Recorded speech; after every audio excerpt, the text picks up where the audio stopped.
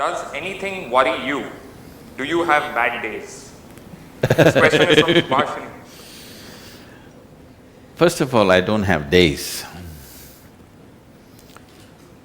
Because the days are only in your memory. In your reality, there's only now, isn't it? Yes or no? The problem right now is human intellect. See, of all the gadgets that you have, I know he's looking into his favorite gadget. What are you, Apple or Samsung you're? Apple. Okay. No, because it's a religion, so I'm asking.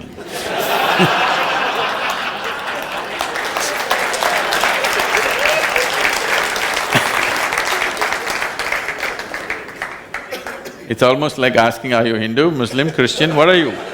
Are you Apple, Samsung or BlackBerry? We're almost getting there, isn't it? So, human intellect, of all the gadgets that you have, even including the Apple, human mind is the most sophisticated gadget on this planet. Do you agree with me? Every other gadget has come out of this. But we are busy looking into the iPhone, completely missing the eye. Right now, for most human beings, let me not use the word most, for too many human beings, this mind is not a miracle that it actually is. For so many human beings, this mind has become a misery manufacturing machine. All the misery, human misery on this planet, where is it manufactured? Madras? No, in your mind, isn't it? What should have been the greatest miracle, unfortunately has become a source of misery for human beings. Why is this so?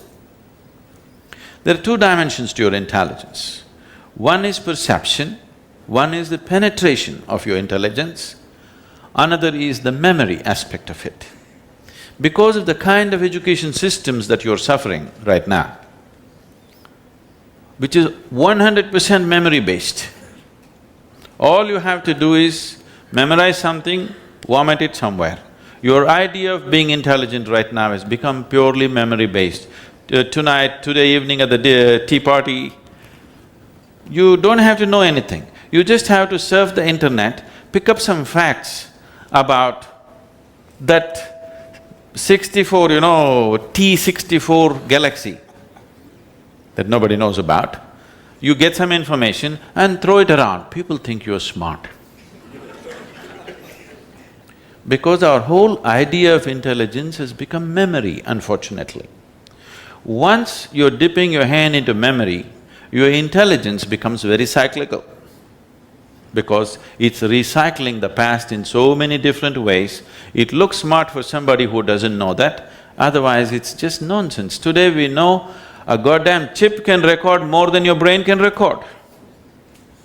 It is not intelligence. Memory is just a resource, it is not an intelligence. The nature of the intelligence and the purpose of human intellect is that it should be able to penetrate.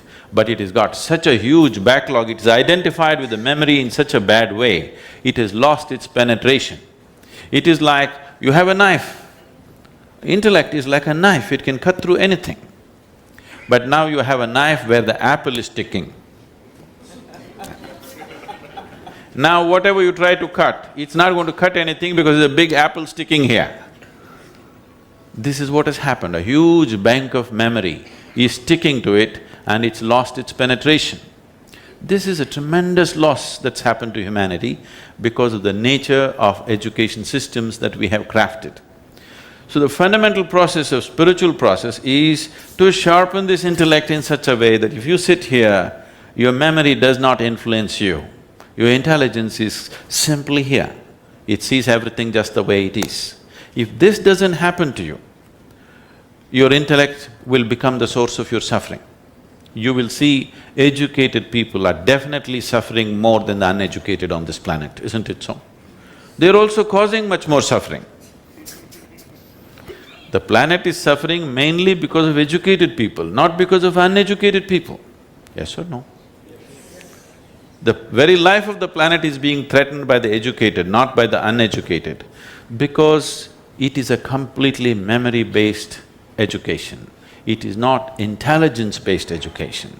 We need to shift this. If the education systems are not going to shift it, as individual people, you must shift, especially if you want to be an entrepreneur. An entrepreneur means you must create an opportunity where there isn't one. That is enterprise, isn't it?